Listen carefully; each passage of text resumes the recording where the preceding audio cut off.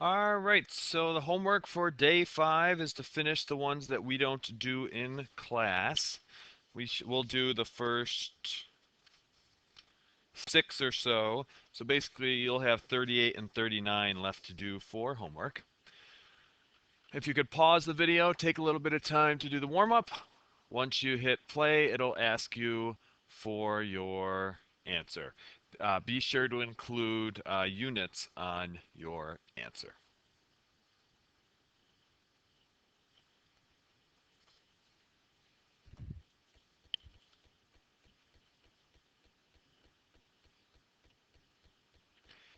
So the ratio of our perimeters is 24:36, and that reduces to 2/3. So now we want to end up finding an area. So your perimeter or similarity ratio has to get squared when finding the area. The smaller one is 60, so that'll go on top here, and then we'll do x on the bottom. So when we cross multiply, 2 squared is 4 times x is 4x. 3 squared is 9 times 60 will give us 540. And if we divide both sides by 4, we'll get x is 135, and it was an area, so we should have inches squared.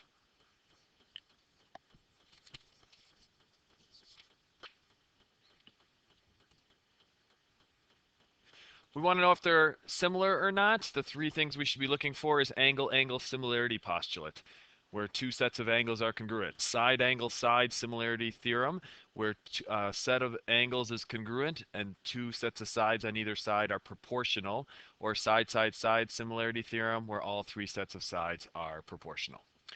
Because we have parallel lines, we've got our zigzag for alternate interior angles in A. You could also do a vertical angles. So our triangles are similar. We've got our similarity statement there. Make sure F and K are in the same spot, G and J, and then the H's.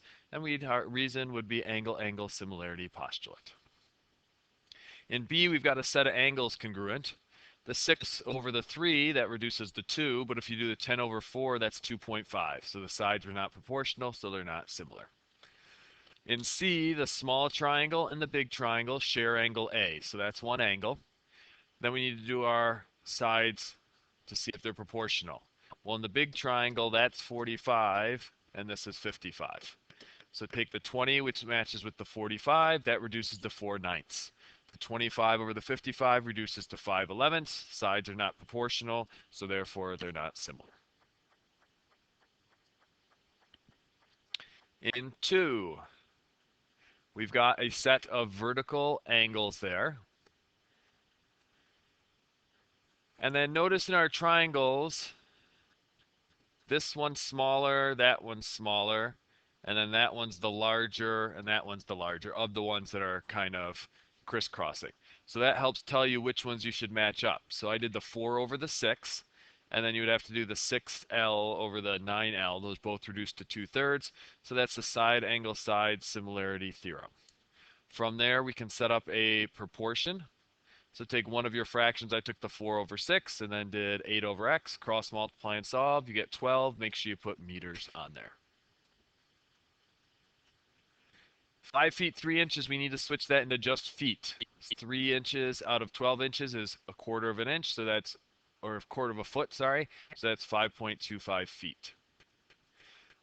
We've got 2 sets of angles congruent there, so we're similar by the angle-angle similarity postulate. The 5.25 matches with the x, then the 5 matches with the 15. Cross multiply and solve, you get 15.75 feet.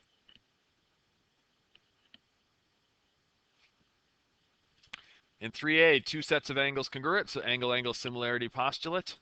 Set up your proportion, cross multiply and solve, you get 7.5. By angles on a line, if that one it's pointing to is 110, the one right next to it must be 70, because angles on a line have to add to 180. Well, now in the small triangle and the big triangle, they share that one reflexive angle, so there's 2 sets of angles congruent, so we have our angle-angle similarity postulate. The x will match with the 5, and the 3 in the small, just be careful, will match with the 6 in the big triangle. Cross multiply and solve, you get x is 2.5.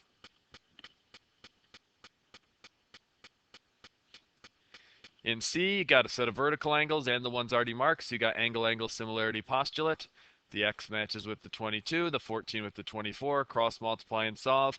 It did not come out nice, so make sure to leave it as a fraction, 77/6. And because you have parallel lines, you have congruent corresponding angles there, and then you have the reflexive up on top. The 9 matches with the x, and 6 matches with the whole big side in the triangle, which is 8. Cross multiply and solve, you get x is 12.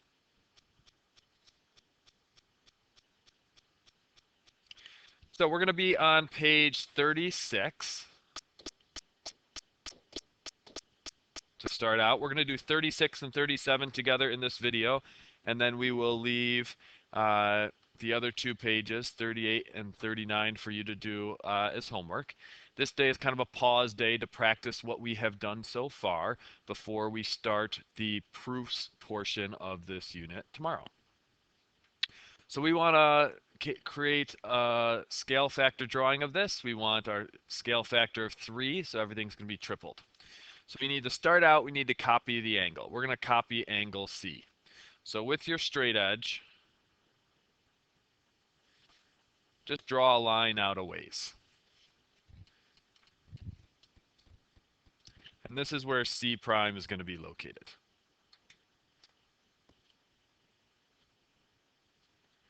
Now we're going to need our compass, and we're going to copy our angle. So we need to go over and put our point on C and make any convenient arc.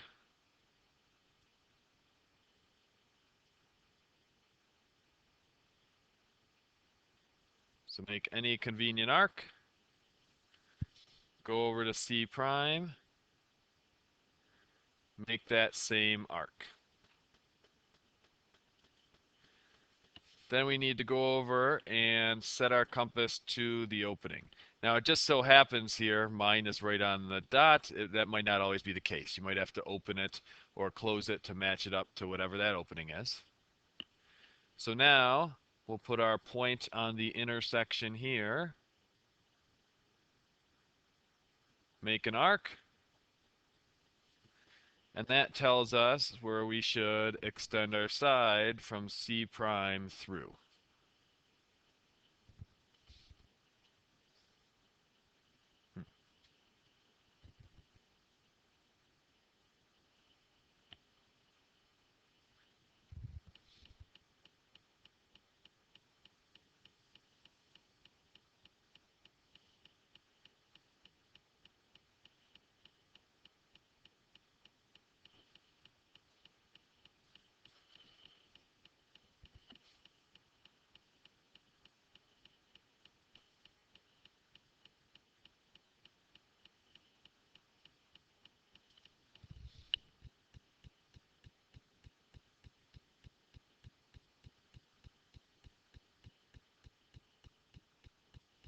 All right, there we go.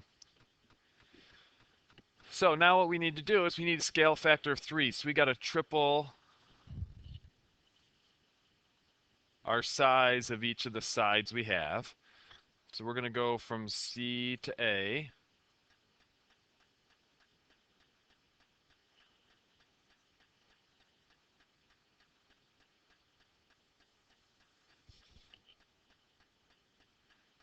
And we'll mark it off 3 times. There's 1.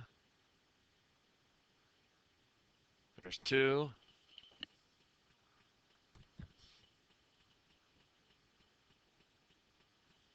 Here's 3.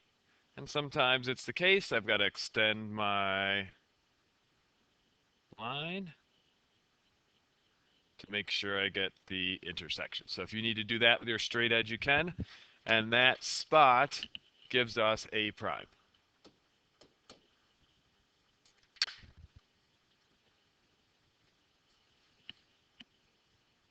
Well, now let's measure from C to B.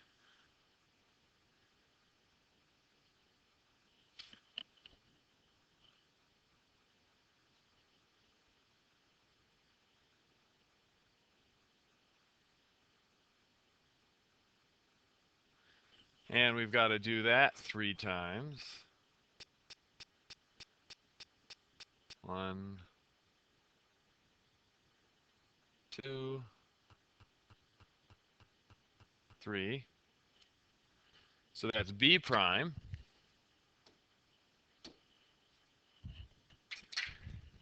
And then just connect those with your straight edge from A prime to B prime.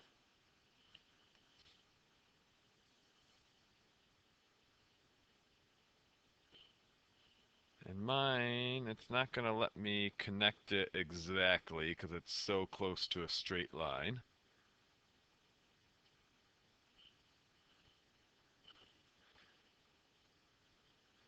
So I'm going to have to do it without the straight edge and just freehand it in, but you should be able to use your straight edge.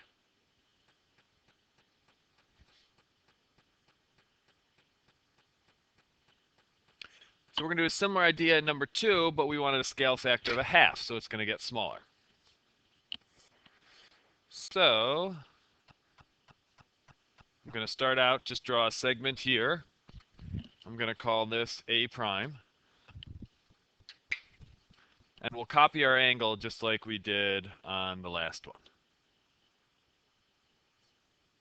So I'm going to put my point on A, make an arc, do that same arc over here.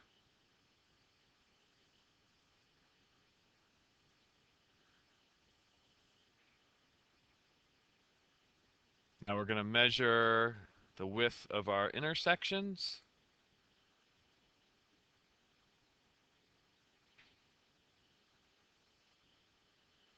Bring that over here, put your point on your intersection, make an arc, and then use your straight edge to extend from A prime through that intersection of your arcs.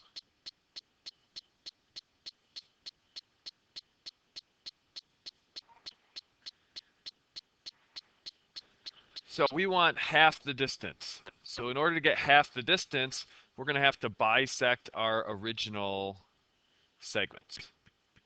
So we'll do our perpendicular bisector construction. I'm going to do it for AB to start out.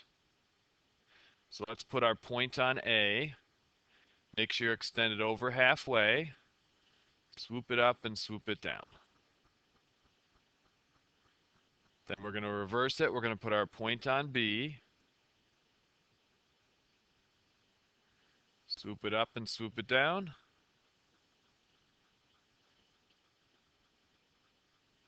Use your straight edge to connect those intersection points.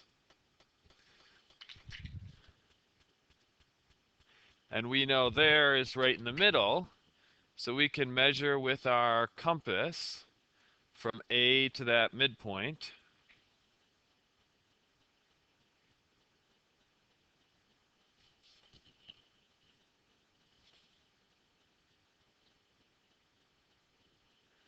And then mark that off from A prime to our other line, and that's where B prime is going to be.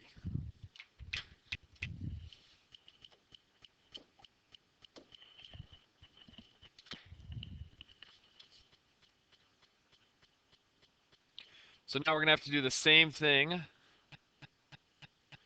for AC. We're going to have to bisect it. So you put your point on one end. Make sure you're open more than halfway.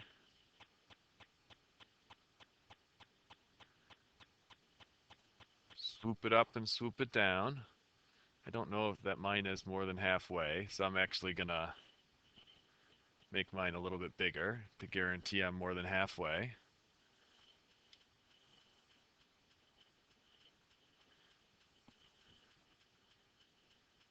And then reverse it.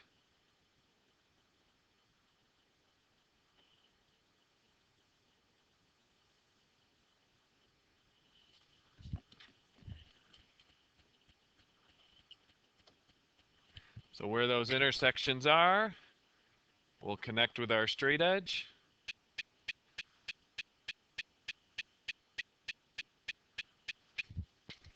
So this is our midpoint right there.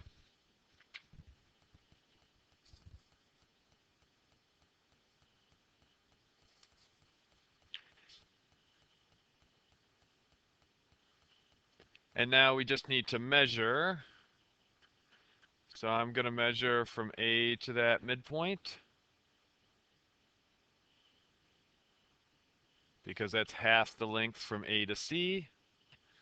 I'll mark that off. That'll be my C prime.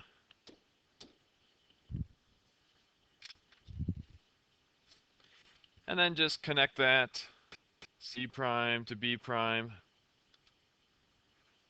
And we've got our scale factor image with that's, or sorry, our image that has a scale factor of 1/2.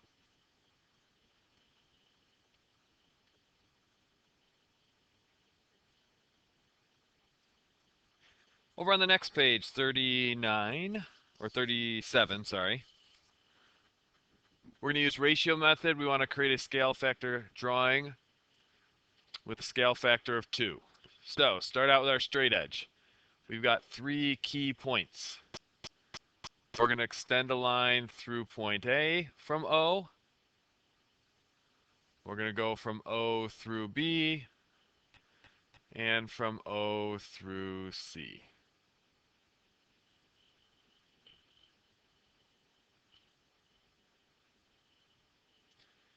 And then take out your compass.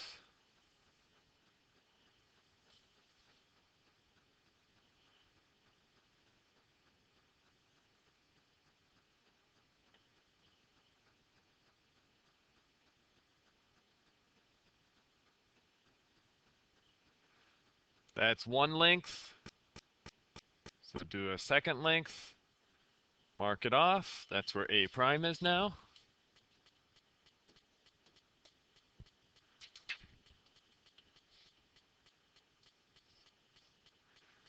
We'll measure from O to B.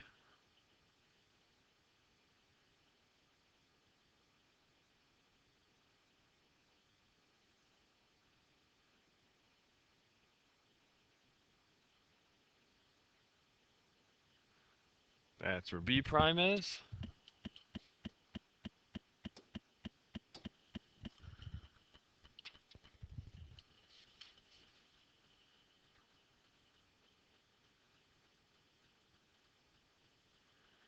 And then we'll measure from O to C.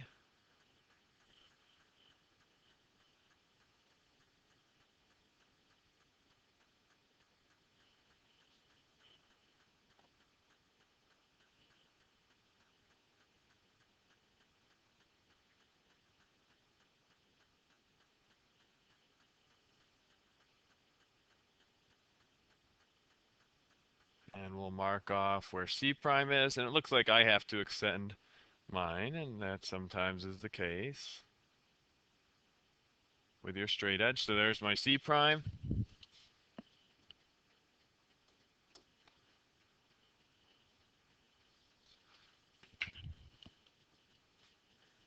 So now to finish it off, just connect them in the same manner that they were before, A prime to B prime, and then B prime to C prime. And we've now created, centered at O, a dilation with scale factor of 2.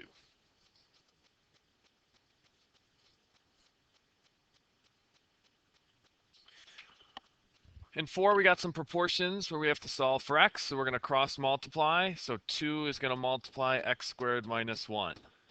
And that'll be equal to x multiplying 2x plus 1. When it's multiplying a binomial, it's going to have to distribute to both parts. So we'll get 2x squared minus 2 equals 2x squared plus x. So we might be thinking a quadratic here because we've got x squareds and x's. But notice if we subtract the 2x squared over, those end up wiping out. So we just get negative 2 equals x, and we're done.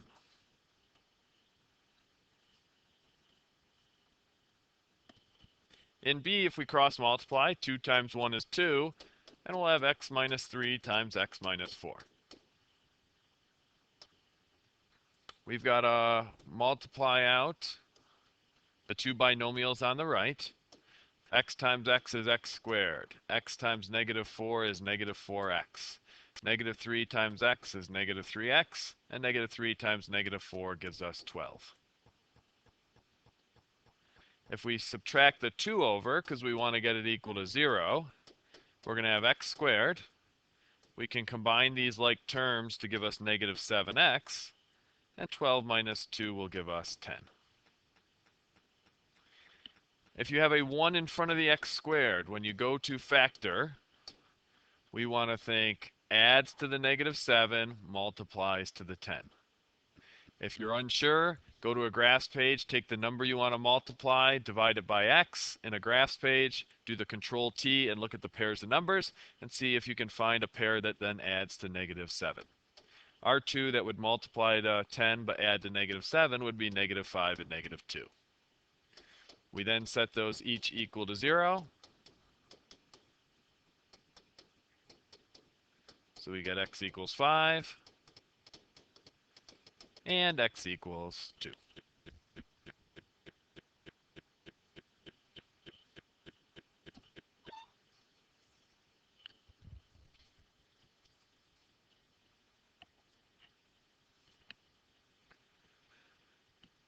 So we have point A, that's 5, negative 3. We're going to have a dilation centered at the origin. Our scale factor is 8. If you're centered at the origin, you're just multiplying.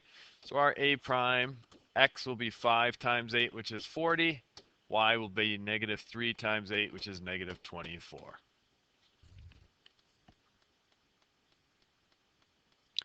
And 6 is our last one for this video. We got 2 right triangles. They're similar.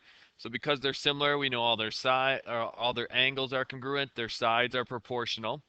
And what we're working with here is we know our similarity ratio should be the same as the perimeter ratio, and then that squared is the area ratio.